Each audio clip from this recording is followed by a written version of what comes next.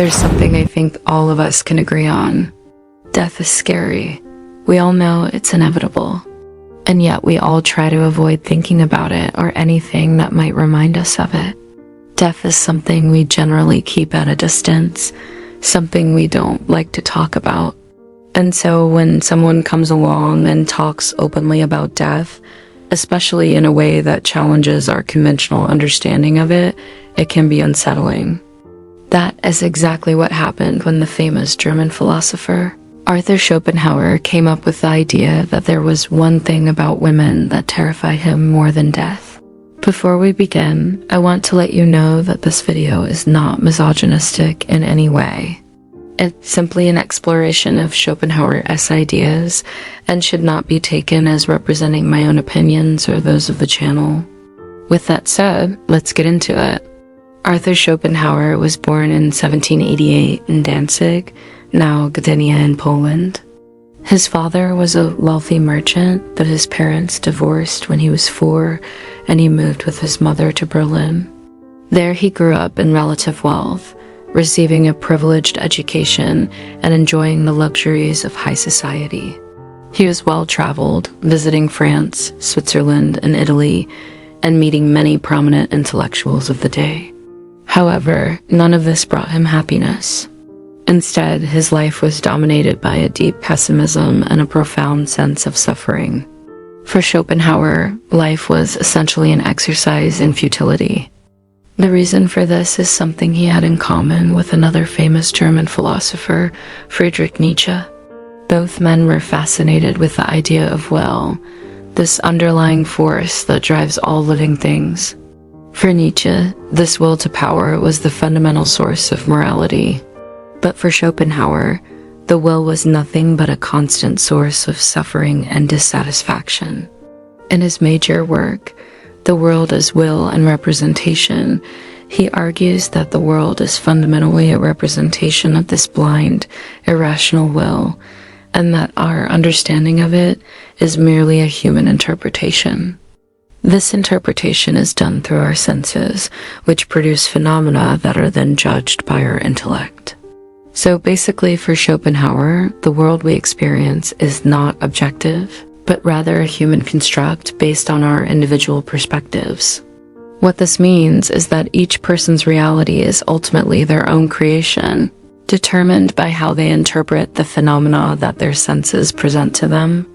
Now, while Schopenhauer saw the will as the source of all suffering, he also believed that it could be overcome through aesthetic contemplation and, most importantly, through love. Love was something he saw as a higher form of existence, an escape from the suffering caused by the will. But this love wasn't romantic love. That actually made him really uncomfortable. And we'll get to why shortly. Rather, he was referring to a more selfless, compassionate love. A love that transcended the individual self and connected us to something greater than ourselves.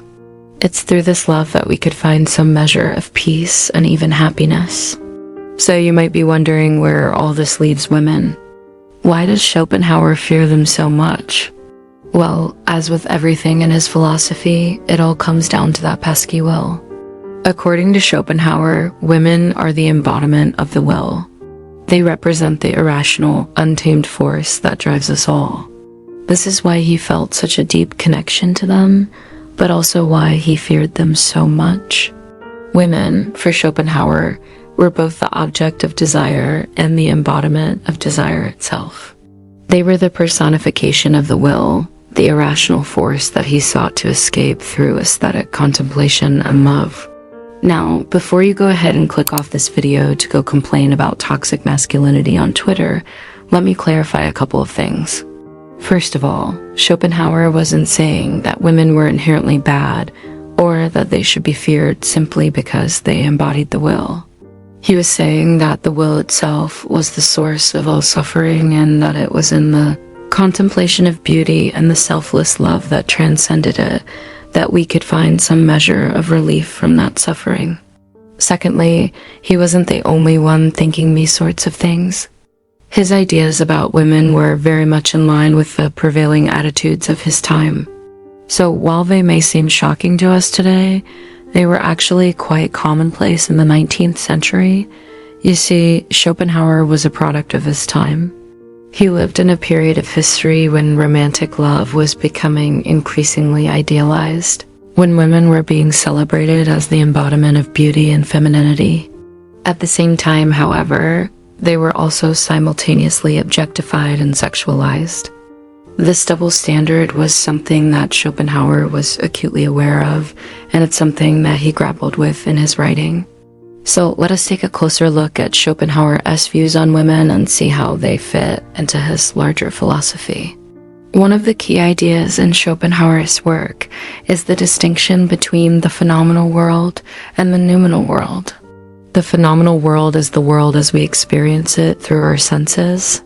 It's the world of appearances. The noumenal world, on the other hand, is the world as it is in itself, the world of things as they actually are. According to Schopenhauer, our ordinary understanding of the world is limited to the phenomenal world. We can only know the world as it appears to us, not as it is in itself. The noumenal world, therefore, is the realm of the unknown, the unknowable. What is interesting here is that Schopenhauer believed that women were somehow closer to the noumenal world than men. He believed that women were more in touch with the irrational, the intuitive, the non-rational side of human nature. This is why he was so fascinated by them, but also why he feared them so much. Women represented a world that was beyond human understanding, a world that was driven by forces that were beyond our control. You see, for Schopenhauer, the phenomenal world was essentially an illusion. It was a world that was shaped by our individual perspectives and our interpretations of the phenomena that our senses presented to us. The noumenal world, on the other hand, was the true world, the real world. It was the world that lay behind the phenomena, the world that was not dependent on our interpretations. And women, according to Schopenhauer, were somehow closer to this world, more attuned to its rhythms and its laws. Now, you might be thinking that this is all just a bunch of New Age mumbo-jumbo, but stick with me here. There's actually something really profound going on here. What Schopenhauer was essentially arguing is that the world we experience is not objective, but rather subjective. It's not the same for everyone. Each person experiences the world in their own unique way, based on their individual perspectives and their interpretations of the phenomena that they encounter. Women, for Schopenhauer, represented a different way of experiencing the world, a way that was more in tune with the noumenal world, the true world, the real world. Now, this is where things start to get really interesting. According to Schopenhauer, women were not only closer to the noumenal world, but they were also more strongly influenced by it. They were more subject to the will, that is to say, they were more driven by their desires. For Schopenhauer, women were the embodiment of desire. They were the personification of the will. This is why he found them so fascinating, but also why he feared them so much. Women were more affected by the will than men were, and the will, as we've already discussed, was the source of all suffering. Now, this isn't to say that Schopenhauer thought that women suffered more than men. He didn't. What he was saying is that women were more in tune with the will, more attuned to the rhythms and laws of the noumenal world. He believed that women were more intuitive, more irrational, and more driven by their emotions than men were. And while this may seem like a rather stereotypical view of women, it's actually quite a radical idea. You see, in Schopenhauer's time, women were generally seen as the weaker sex, as being less rational than men and more prone to irrationality and emotionality. Schopenhauer challenged this view. He argued that women were not weaker than men, but rather that they were more in tune with the true nature of reality. For Schopenhauer, women were not inferior to men. They were simply different. They were more attuned to the rhythms and laws of the noumenal world, the true world, the real world. So what does all this mean for our understanding of women?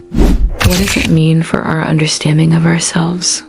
Well, first of all, it means that we need to stop seeing women as objects of our desire, as embodiments of our will. They are not there for our amusement.